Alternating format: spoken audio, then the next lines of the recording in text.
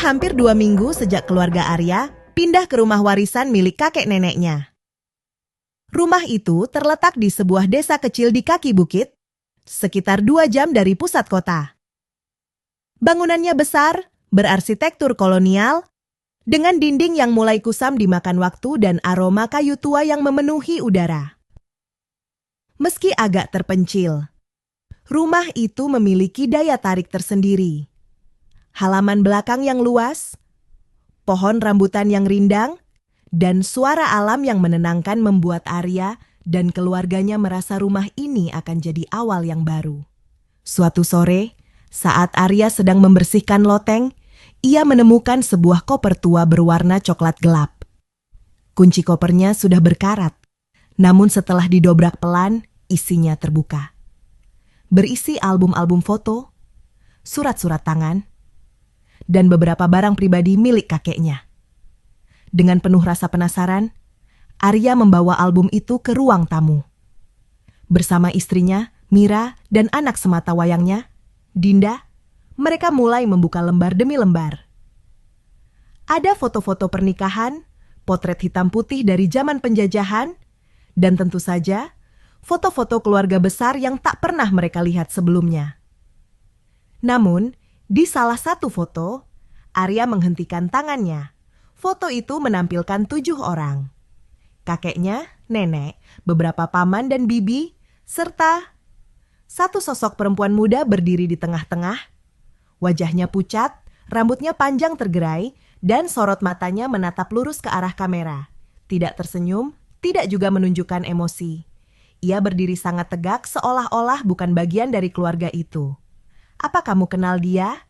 tanya Mira sambil mengernyit. Arya menggeleng pelan. "Aku nggak pernah lihat dia di foto-foto lain." Malam harinya, saat semua sudah tidur, Arya kembali ke ruang tamu, memandangi foto itu. Ia merasa ada sesuatu yang tidak beres. Dan saat matanya kembali menatap sosok perempuan itu, ia merasa seperti dipandangi balik. Beberapa hari berlalu, namun rasa tidak nyaman itu tak kunjung hilang. Arya mulai memperhatikan hal-hal kecil yang tak biasa. Bingkai foto di dinding yang sedikit bergeser, pintu kamar yang terbuka padahal sudah ditutup, dan mainan Dinda yang tiba-tiba berpindah tempat. Namun puncaknya terjadi saat Dinda berteriak di malam hari.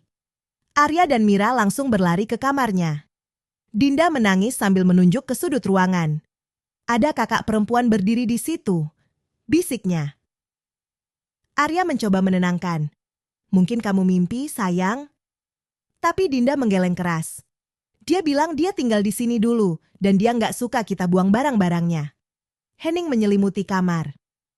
Esok paginya, Arya kembali membuka album itu. Ia membandingkan foto-foto lain berharap bisa menemukan petunjuk tentang siapa perempuan itu.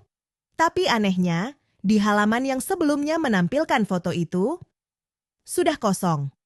Foto itu menghilang. Panik, Arya mengecek album satu persatu, membuka koper, membalik semua halaman. Namun tak ada jejak dari foto yang pernah mereka lihat. Tiba-tiba, Mira memanggil dari ruang tamu. Suaranya terdengar cemas.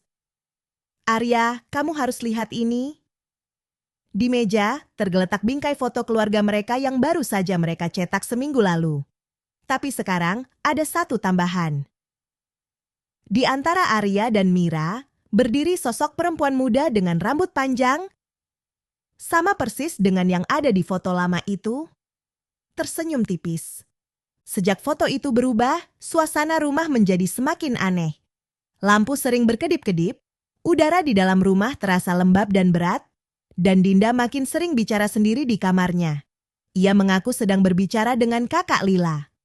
Nama itu membuat Arya merinding.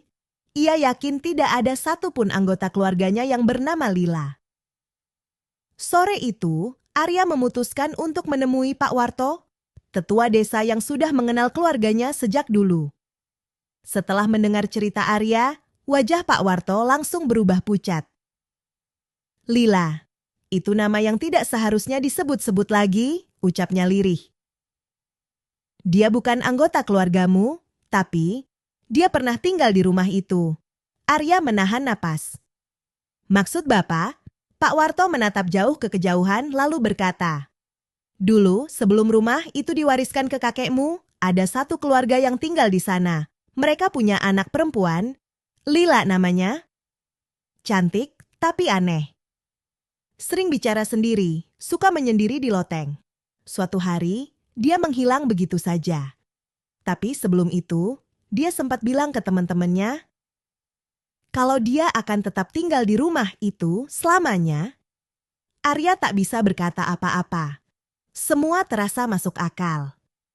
Foto yang berubah, Dinda yang menyebut nama Lila, dan perasaan bahwa mereka tidak benar-benar sendiri di rumah itu.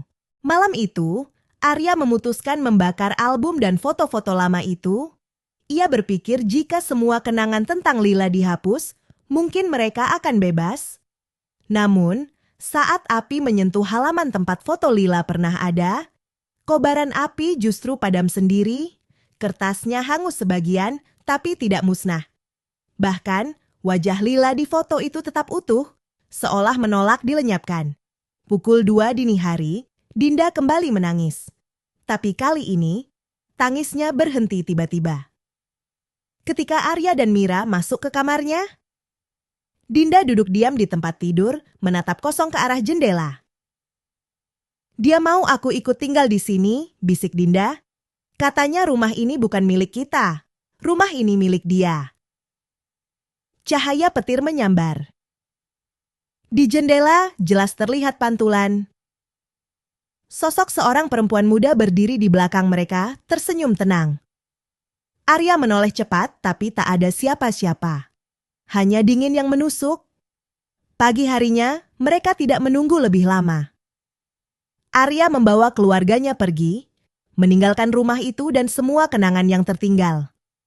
Namun sebelum berangkat, Arya memandangi rumah itu untuk terakhir kalinya. Di jendela loteng atas, ada sosok Lila berdiri diam memandangi mereka. Tatapannya tenang, seolah tahu, tak peduli kemana mereka pergi, dia akan tetap jadi bagian dari keluarga itu.